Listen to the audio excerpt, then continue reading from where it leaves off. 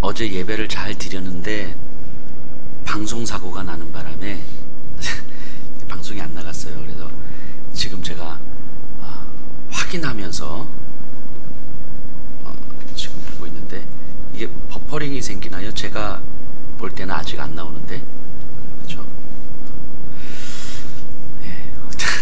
이게 지금 하고 있는 거하고 방송으로 나가는 거하고는 시간차가 좀 있나 봐요.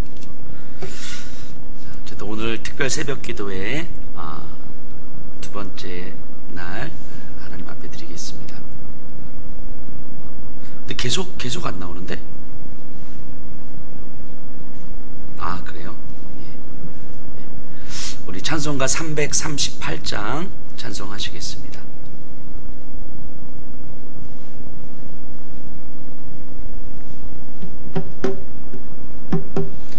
(338장입니다)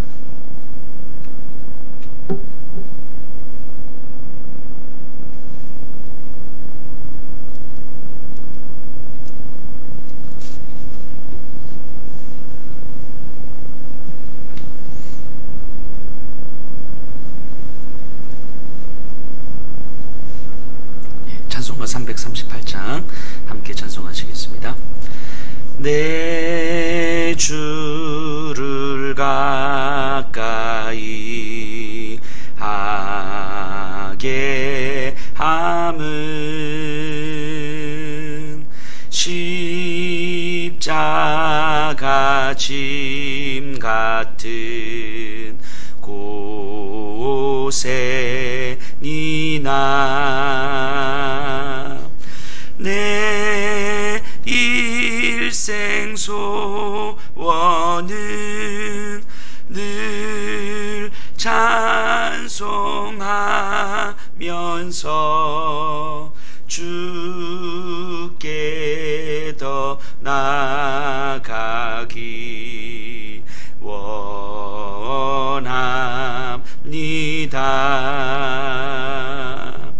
내 고생하는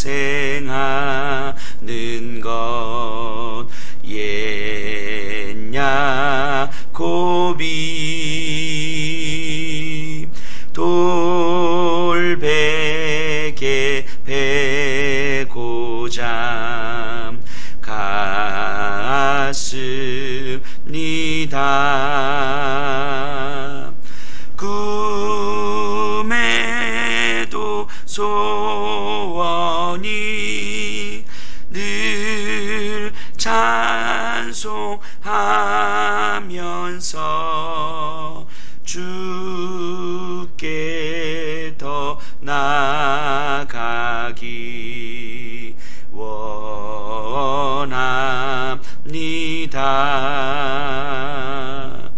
천성에 가는 길 험하여도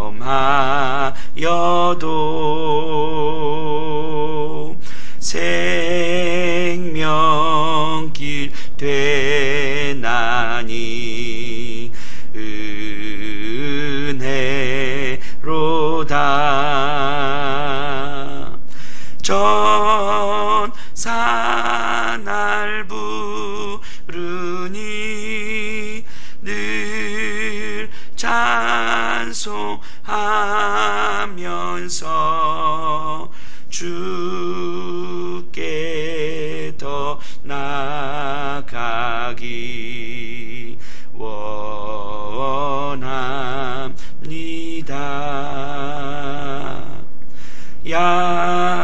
야곱이 잠 깨어 일어난 후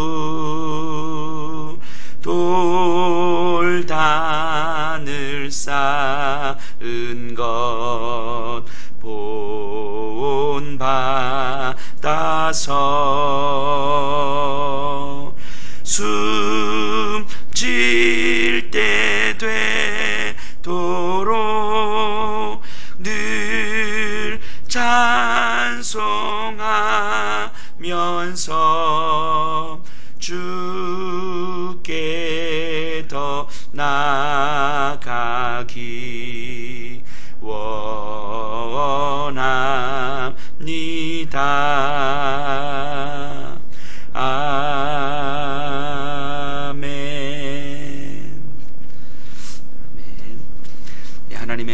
룻기 1장 16절 17절 말씀을 함께 보겠습니다. 룻기 1장 16절 17절입니다. 우리 한 목소리로 함께 읽겠습니다. 룻이 이르되 내게 어머니를 떠나며 어머니를 따르지 말고 돌아가라 강권하지 마옵소서. 어머니께서 가시는 곳에 나도 가고 어머니께서 머무시는 곳에서 나도 머물겠나이다. 어머니의 백성이 나의 백성이 되고 어머니의 하나님이 나의 하나님이 되시리니 어머니께서 죽으시는 곳에서 나도 죽어 거기 묻힐 것이라. 만일 내가 죽는 일 외에 어머니를 떠나면 여호와께서 내게 벌을 내리시고 더 내리시기를 원하나이다 하는지라. 아멘. 자, 우리 나오미에게 일어났던 일, 우리 어제 본문을 통해서 생각해 봤던 그 일들을 생각해 보셔야 돼요. 흉년으로 인하여서 모압으로 이주했고 모압에서 남편과 두 아들 모두 죽었어요. 나오미는 전부를 상실했어요. 그런데 그 전부를 우린 두 가지로 그냥 정리해 볼 수 있을 것 같아요. 양식과 자녀지요. 양식도 잃어버리고 자녀도 잃어버린 거예요. 이것이 나오미에게는 전부였어요. 그 흉년으로 베들레헴 에브랏을 떠날 수밖에 없었고 거기서 두 아들까지 죽을 수밖에 없었던. 그러면 우리는 어제 본문 그 배경을 통해서 나오미의 시선에서는 모든 것을 상실했고 그래서 절망과 좌절이지만 룻기를 읽는 독자들의 입장에서는 나오미가 알아챌 수 없는 그 하나님의 시선이 따로 있다라고 하는 사실을 계속 읽고 있는 거잖아요. 그럼 나오미가 잃어버린 것이 양식과 자녀라면 그럼 하나님께서는 이 양식과 자녀를 어떤 방식으로 채워주실 것인가, 이것을 생각해 볼 수 있을 것 같아요. 자, 오늘은 이렇게 이후 사건을 한번 살펴볼 텐데요. 6절부터 한번 잠시 볼게요. 6절에 보면요, 그 여인이 모압 지방에서 여호와께서 자기 백성을 돌보시사 그들에게 양식을 주셨다 함을 듣고 이에 두 며느리와 함께 일어나 모압 지방에서 돌아오려 하여.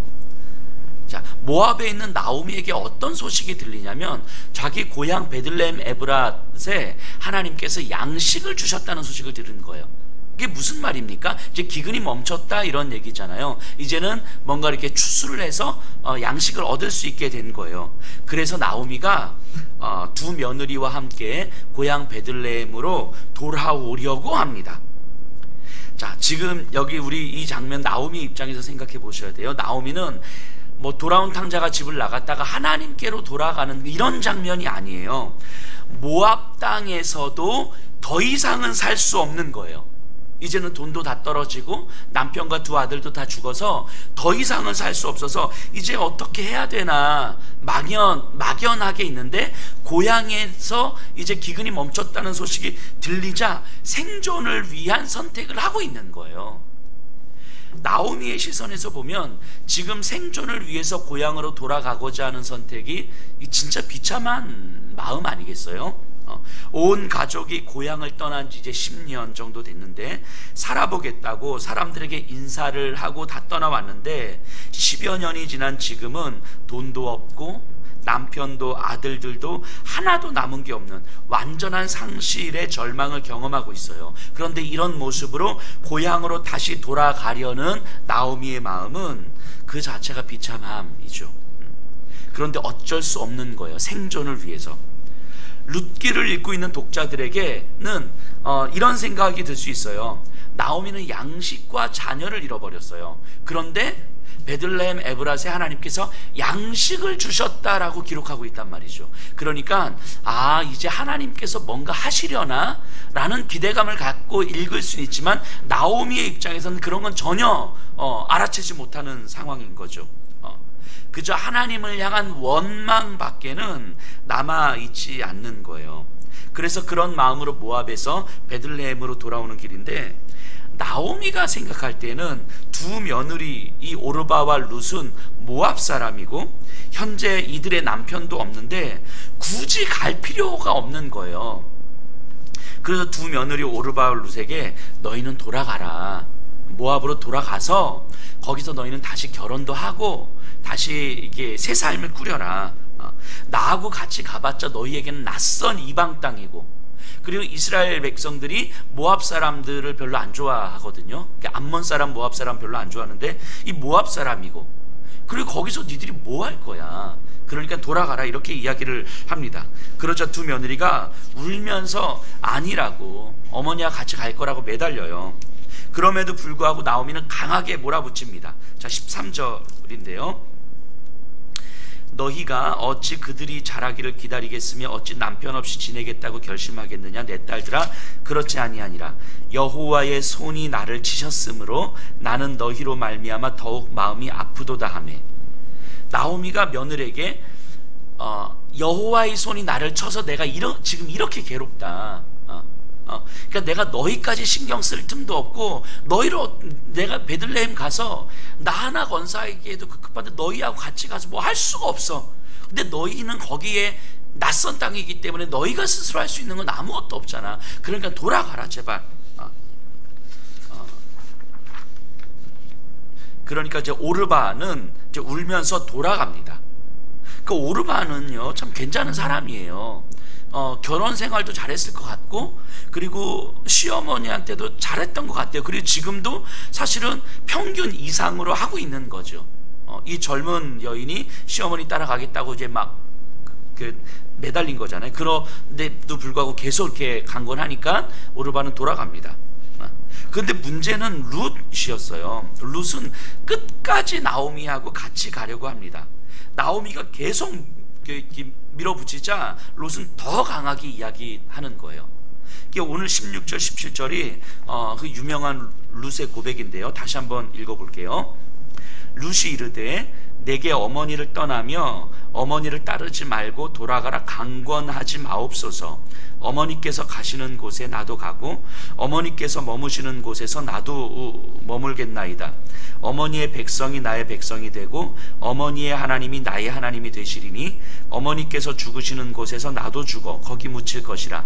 만일 내가 죽는 일 외에 어머니를 떠나면 여호와께서 내게 벌을 내리시리니 더 내리시기를 원하나이다 하는지라. 참 멋진 고백이에요. 자, 이 고백을 통해서 일단 먼저 우리가 알 수 있는 것은 룻은 모압 이방 여인이었지만 여호와 하나님을 믿고 있었다는 거예요. 하나님이 어떤 분이신지를 알았어요. 아마 결혼하고 10년을 지내면서 듣고 배웠겠죠. 나오미나 그 아들 말론이, 그러니까 룻의 남편 말론이 신앙이 좋았는지는 잘 모르겠어요. 어쨌든 룻은 여호와 하나님을 배웠고 믿었을 거예요. 이거는 이 고백의 전제인 거예요. 그런데 이 고백에서 더 중요한 건 뭐냐면 룻과 나오미의 관계예요. 우리가 보는 글에서는 어머니가 가시는 곳에 내가 가고 어머니가 머무르는 곳에 나도 머물고, 이렇게 어머니라는 표현이 되어 있는데 실제 원문에서는, 히브리에서는 어머니라고 표현되지 않고 2인칭으로 표현이 돼요. 당신. 그러니까 여기서는 이제 의역을 해서 그 당신이 어머니이기 때문에 어머니라고 표현하는데, 이거를 원문을 살려서 그대로 읽어보면 이렇게 됩니다. 당신이 가는 곳에 나도 가고 당신이 머무는 곳에 나도 머물고 당신의 백성이 나의 백성이 되고 당신의 하나님이 나의 하나님이 되리니 당신이 죽는 곳에서 나도 죽을 것이라. 이런 표현이에요. 근데 이 표현이 가지고 있는 의미는 뭐냐면 어머니와 시어머니와 며느리의 관계를 강조하는 것이 아니라 인간과 인간 사이의 사랑과 헌신, 즉 헤세드로 인한 강한 결속을 보여주는 거예요. 이게 룻기 전체를 관통하고 있는 건데, 그래서 어머니라고 표현하지 않고 2인칭을 표현해가지고 당신과 나와의 관계를 계속 표현하고 있는 거예요. 특히 14절에 보면요, 그들이 소리를 높여 다시 울더니 오르바는 그의 시어머니에게 입맞추되 룻은 그를 붙쫓았더라. 오르바는 입맞추되, 오르바는 이제 돌아간 거예요. 룻은 입맞추더, 이렇게 룻은 그를 붙쫓았더라. 여기서 붙쫓다라는 단어가 이제 따바크라는 단어인데, 이 단어가 어디에 나오는 단어냐면 창세기 2장 24절에 남자와 여자가 부모를 떠나 연합하여 한 몸을 이룰지니 라는 표현에서 그 연합하다라는 표현에 나오는 그 단어예요. 나바크라는 단어가. 그러니까 이 단어는 사랑, 헌신, 희생, 신뢰 이런 의미로 사용되는 단어거든요. 이 나바크라는 단어는. 그래서 사람과 사람이 연합하다라는 의미는 사랑, 신뢰, 헌신, 희생, 즉 헤세드를 담고 있는 단어예요. 이 나바크라는 단어가. 근데 그게 지금 룻과 나오미의 관계에서 표현되고 있는 거예요. 이거 어떤, 정확히 말하면 룻과 나오미의 관계가 아니라 나오미를 향한 룻의 관계인 거죠. 나오미는 계속 그것을 거부하고 있었음에도 룻은 그 나바크를 표현하고 있는 거예요. 그래서 지금 여기서는 2인칭으로 계속 표현하고 있는 거예요. 당신과 내가, 당신의 하나님이 나의 하나님이고 당신의 백성이 나의 백성이고, 이것이 나바크의 관계를 표현해주고 있는 거죠. 즉 헤세드의 관계예요. 나오미를 통해 경험되는 이 완전한 상실과 절망과 비참함에서 하나님은 초자연적인 간섭하심으로 나오미를 딱 건져주시지 않아요. 뭔가 하늘에서 뭔가를 확 내려서 나오미가 그렇게 고통스러워하는 상황을 확 해결시켜 주시지 않으셔요. 하지만 하나님은 하나님의 질서가 뭡니까? 하나님을 중심으로 하는 인간 상호 간의 사랑과 신뢰와 헌신의 관계인 헤세드를 통해서 그 고통을 극복해 나가는 모습을 보여주고 있는 거예요. 그래서 룻기의 중요한 키워드 중에 하나가 헤세드예요. 헤세드. 어제는 다윗 하나 말씀드렸는데 두 번째 가장 중요한 키워드가 헤세드죠. 그래서 세상과 인간을 향한 하나님의 헤세드, 하나님의 사랑, 하나님의 신뢰, 하나님의 헌신, 하나님의 희생을 담고 있는 세상을 향한 하나님의 그 나바크죠. 그러니까 그 하나님의 헤세드가 룻기에서는 등장 인물들을 통해서 보여지는 거예요. 그러니까 하나님의 헤세드가 초자연적인 방식으로 확 들어오는 것이 아니라 인물들이 보여지는 그 헤세드를 통해서 하나님의 헤세드가 드러나고 있는 거죠. 첫 번째 헤세드가 룻에게서 드러나는 거예요. 룻은요, 나오미를 쫓아가기 위해서 자신의 고향, 부모의 집을 다 버리고 오는 거예요. 그냥 시어머니 쫓아가야지 이게 아니라 자신의 모든 것들을, 삶의 기반들을 다 버리고 오는 거예요. 마치 자기 친척 아비집을 떠나 광야로 나온 아브라함을 보는 것 같은 거예요. 그래서 룻과 아브라함이 대비가 돼요. 비슷한 거죠. 모든 것을 다 버리고 하나님의 부르심을 받아서 떠난 아브라함처럼 룻도 자기 친척 아비집 삶의 모든 터전들을 다 버리고 떠나는 거예요. 그런데 아브라함은 하나님으로부터 부르심이라도 받았죠. 룻은 고통 중에 있는 시어머니를 향한 자발적 헤세드를 보여주고 있는 거예요. 자, 지금 다시 생각해 보세요. 이 나오미가 살던 시대는 사사시대잖아요. 사사시대가 어떤 시대였어요? 자신의 욕망을 위해서 형제도 죽이고, 레위인, 하나님께서 구별해 주신 그 레위인이 첩을 두기도 하고, 심지어 베냐민 지파는 그 첩을 강간하고 죽여요. 그 억울함을 풀고자 전쟁도 불사하는 시대가 사사시대였어요. 이스라엘 지파와 지파 간의 전쟁이 일어난 사사시대는요, 이 헤세드의 모습을 눈 씻고 찾아봐도 찾아볼 수가 없어요. 그들은 하나님의 헤세드가 무엇인지 전혀 알지도 못하고 받아들이지도 못하고 이해하지도 못하고 있는 거예요. 그런 사사시대에 이스라엘인이 아닌 이방 여인 룻에게서 헤세드의 모습이 보여지는 거예요. 이게 얼마나 긴장감을 일으키는 표현이며 또 감동을 주는 표현입니까? 이방 여인 룻, 이스라엘 일에게서는 도저히 눈 씻고 찾아봐도 볼 수 없는 그 헤세드가 전혀 예상할 수도 없고 전혀 기대할 수도 없었던 이방 여인 룻에게서, 심지어 모압 사람은 어떤 사람이냐면 신명기에 보면 이렇게 이야기해요. 암몬 사람과 모압 사람은 앞으로 절대로 여호와의 총회에 들어올 수 없다. 즉 암몬과 모압은 이스라엘 민족에게 있어서 영원히 함께 할 수 없는 사람이었어요. 그런데 그 모압 여인 룻 보아스를 통해서 그 헤세드의 모습이 보여지는 거예요. 지금 나오미는 사실 몰라요. 지금 이 글 안에 있는 나오미는 또 룻 자신도 사실은 이게 뭐 하나님의 헤세드인지 뭔지는 잘 몰라요. 하지만 이 글을 읽고 있는, 룻기를 읽고 있는 사람들은 아는 거죠. 룻을 향한 하나님의 채워짐의 시작이 어디서부터 시작되냐면 하나님의 초자연적인 역사는 이미 시작되고 있는 거잖아요. 베들레헴에 양식을 주셨다는 방식으로. 하지만 그것이 전혀 깨달아지지 않고 있는 상태에서 룻의 헤세드를 통해서 뭔가 하나님의 일하심을 좀 더 구체적으로 나타내고 있는 거죠. 그리고 이후에 우리가 다음 주부터 이제 살펴볼 다음 주가 아니죠. 내일이죠. 내일부터 살펴볼 보아스가 등장하는데, 보아스를 통해서 또 다른 헤세드의 모습이 나타나거든요.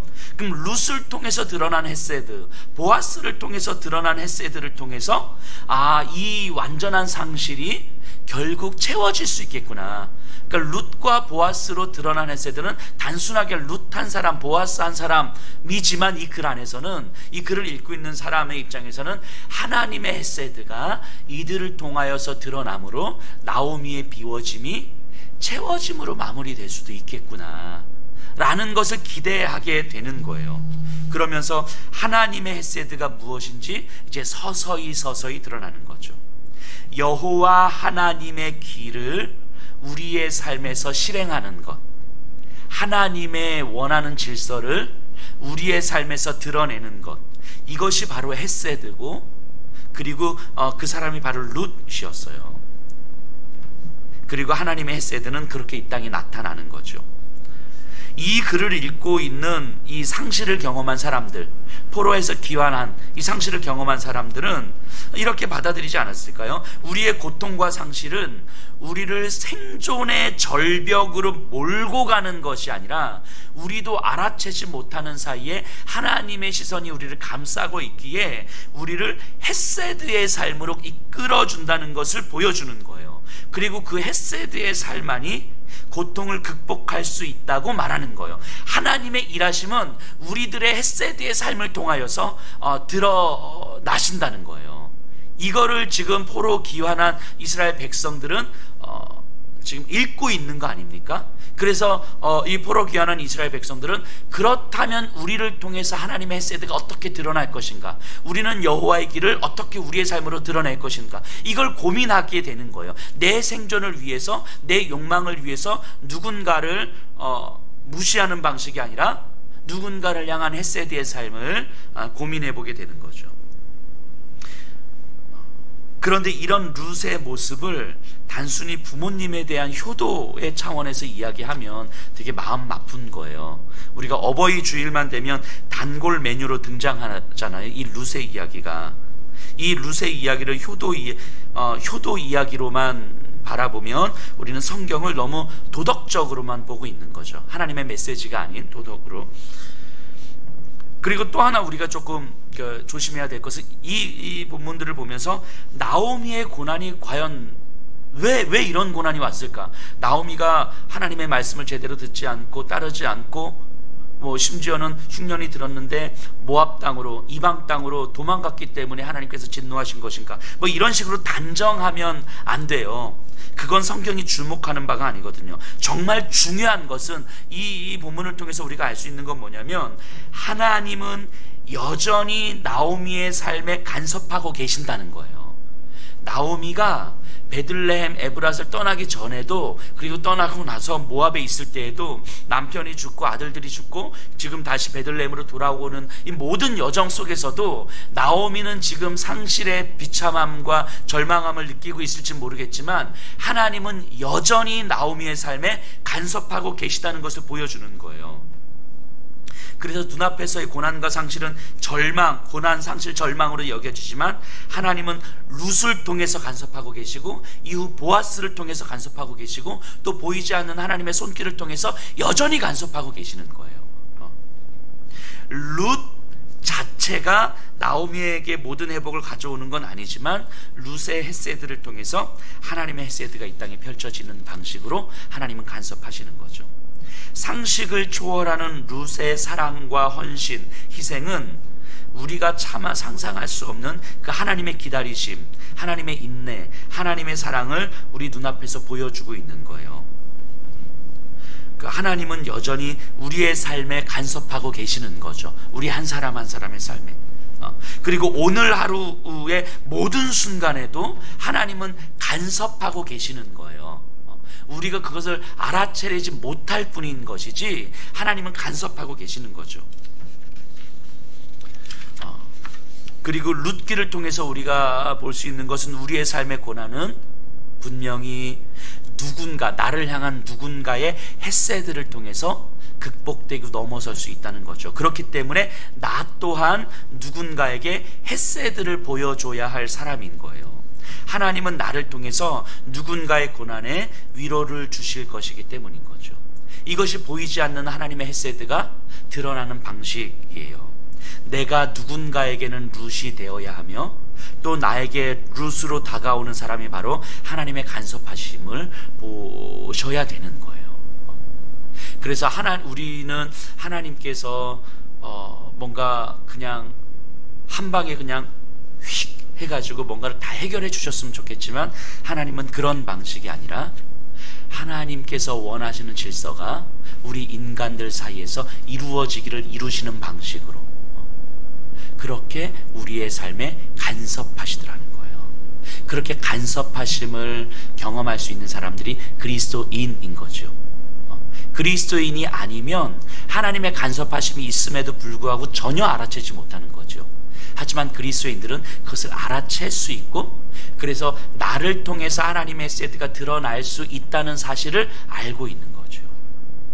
오늘 하루를 살아가시면서 우리를 통해서 하나님의 질서가 드러날 수 있다는 것, 하나님의 헤세드가 드러날 수 있다는 것, 누군가의 고난 가운데 나를 통한 헤세드는 분명히 위로를 줄 수 있다는 것을 우리가 깊이 생각했으면 좋겠습니다. 그리고 나에게 다가오는 또 다른 헤세드가 분명히 있을 거예요.